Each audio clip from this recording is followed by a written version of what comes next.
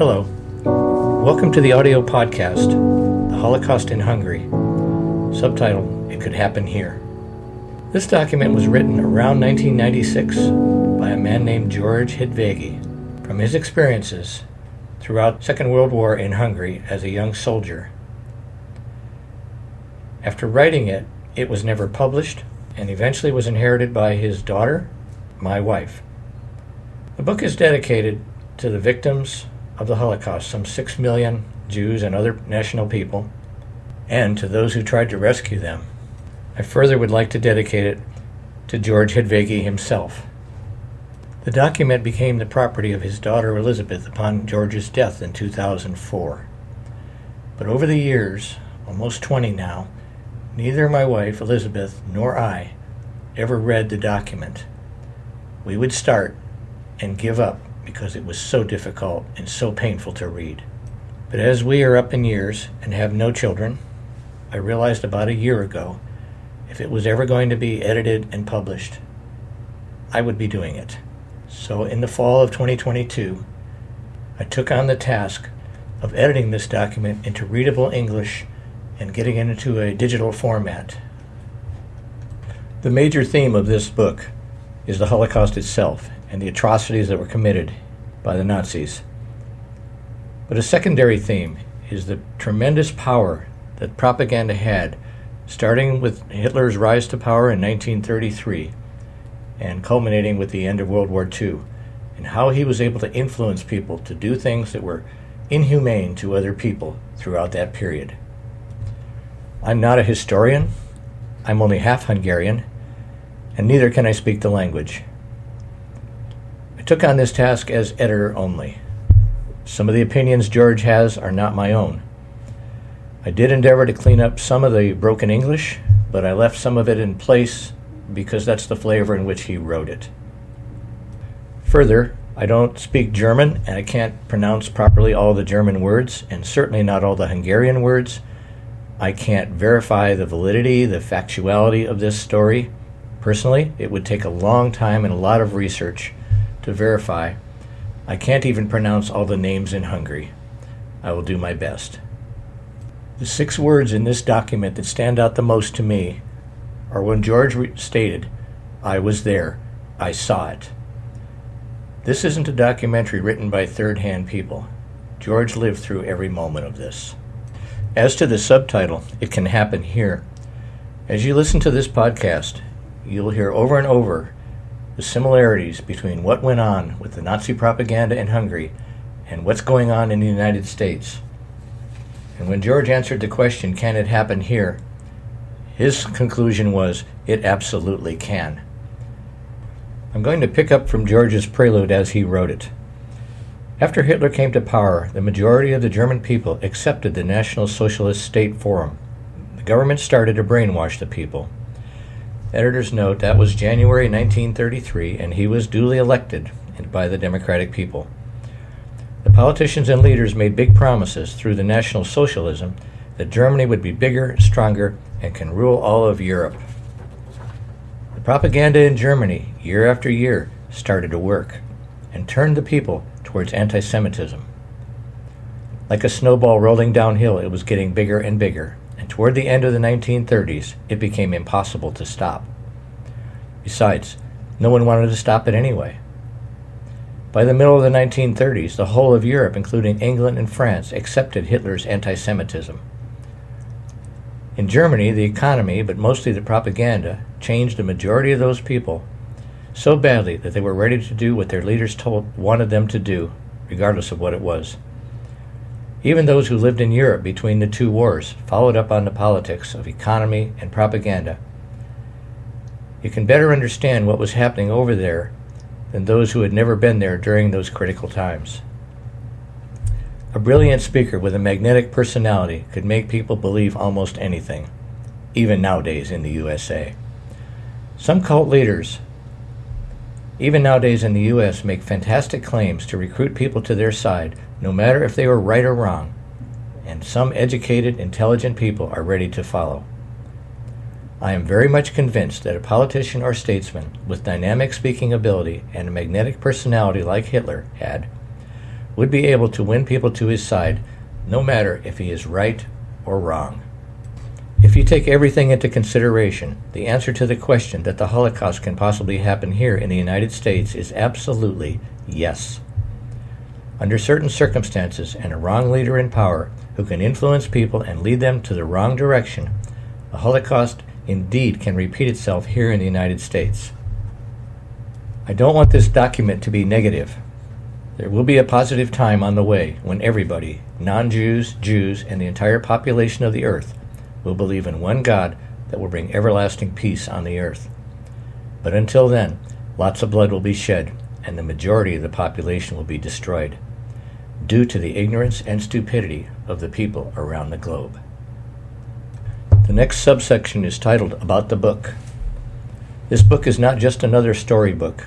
What is written down in the following chapters really happened, plus much, much more. It is almost impossible to remember and recall every terrifying event after 50 to 55 years, even though I lived through every moment of it. After the war, many books were written by authors who collected information from history books, government data, eyewitness documentation, or some other people who actually survived the Holocaust. This book is different because those persons mentioned in the book were living there when the humiliation of the Jews started. They were working hard, risking their own lives sometimes, to save as many other lives as they could until the Holocaust ended. After the war ended, I wanted to write a book for those who are interested to know what really happened during the war until the end, in a German-dominated and later German-occupied small country in Europe, Hungary. Living in a foreign country after the war without a job or money due to the circumstances, I was never able to do so.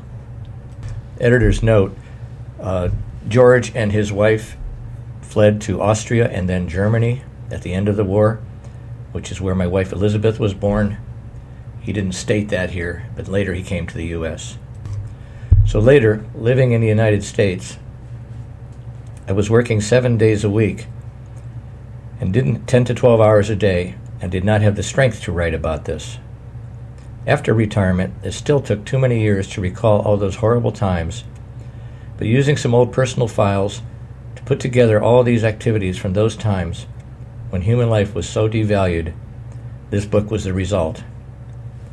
It will tell you some of the events about a group of people who did not believe in humiliation, brutality, individuals who did not have the power and the right to interfere and fight foreign or their own government's decisions.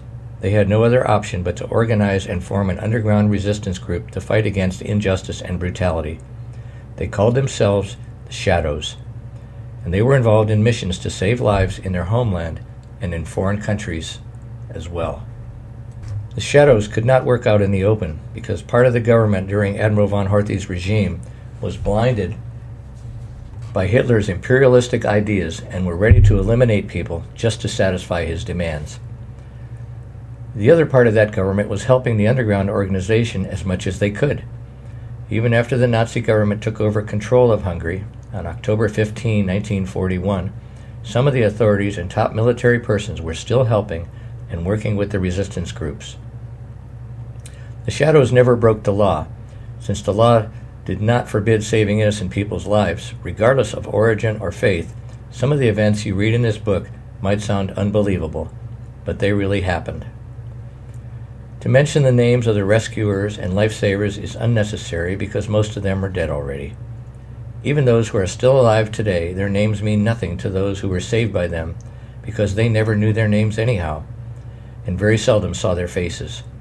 They were just nameless shadows who were coming and going wherever they needed to save lives. Those people's names were rescued from the German Nazis, and the Hungarian nihilist gangs, editor's note, more about them later, or any other anti-Semitic elements will not be revealed either, because most of the time we did not know their names. When they were given new birth certificates, we did not take the original document from them because they were going to use it again when the war was over. The majority of them were middle-aged, and only a few of them might be alive somewhere in Europe or in the USA. And George goes on to describe the young children and the teenage children would all be past 50 years old by the time he wrote this. and none of them would be able to recognize their rescuers, nor the rescuers those would-be victims. The shadows just saved lives, and they didn't ask names or races or religions. The events written in this book took place mostly in Hungary, when the outcast of the Jewish people by the Hungarian government was officially announced. But some of the shadows went through Galicia, Poland, and Russia. An editor's note, Galicia at that time was eastern Poland and it stretched into western Ukraine. They were fighting against communism, the same communism that kept the United States and Russia in a Cold War for decades. Some of us soldiers were stationed in Poland or Ukraine as optional forces, and during those times we had the opportunity to witness what the German military was doing. Sometimes it was an indescribable, shocking experience. The German SS units were everywhere, and they went to extremity to round up helpless, unarmed people, mostly Jews, but it could be anybody whose face they did not like. While stationed in Russia and Poland, we had the opportunity to save lives, sometimes risking our own. That's actually the beginning of the time when the shadows came to life. When I speak in first person, as I just did here, I'm quoting George's text. So continuing to quote from the book, after a half a year, the Hungarian government started to rotate some of the troops. In January 1942, we were temporarily back home again. When we told the people about our experiences in Poland and Russia, they just could not believe how brutal and inhumane the German military was, and the way they treated and handled the Jews and other unwanted people. Later, during the war years, when Germany became more aggressive, and finally when Hitler decided to take over Hungary and flooded the country with military forces, Gestapo, and SS units, the people of Hungary realized how forceful and brutal the German military really was. The war ended after the Communist Army completely overtook Hungary. A new communist government was formed, and the new prime minister was just a puppet in Stalin's hands. Moscow made the laws, and the Hungarian communist government had to enforce them. Everything changed from bad to worse. Communism was not acceptable for the Hungarian people either. Moscow and the Hungarian communist leaders made the once beautiful country a living hell for the people. Thousands of young men drafted for military service were taken to Russia for training. They were taken to labor camps all over Russia. Some of them were transferred to Siberia, and many of them never returned to Hungary. Nobody knew where they were, and if parents asked too many questions, they were put in jail. The Hungarian communist puppet government did not have any power to control their own destiny. All the politicians, or anybody who had some government job, wanted to keep it and followed Moscow's orders without any hesitation. Hitler's dictatorship was the worst disaster for Europe, but Stalin and the rest of the communist leaders following the communist ideology were not any better either. This concludes episode 1 of George Hidveghy's book, The Holocaust in Hungary.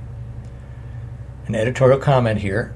I call the readers, the listeners' attention to, as we go through this, to the striking similarities, compromises made between 1940s Hungary and 2023 United States. It can happen here. I will be your narrator. My name is Dale.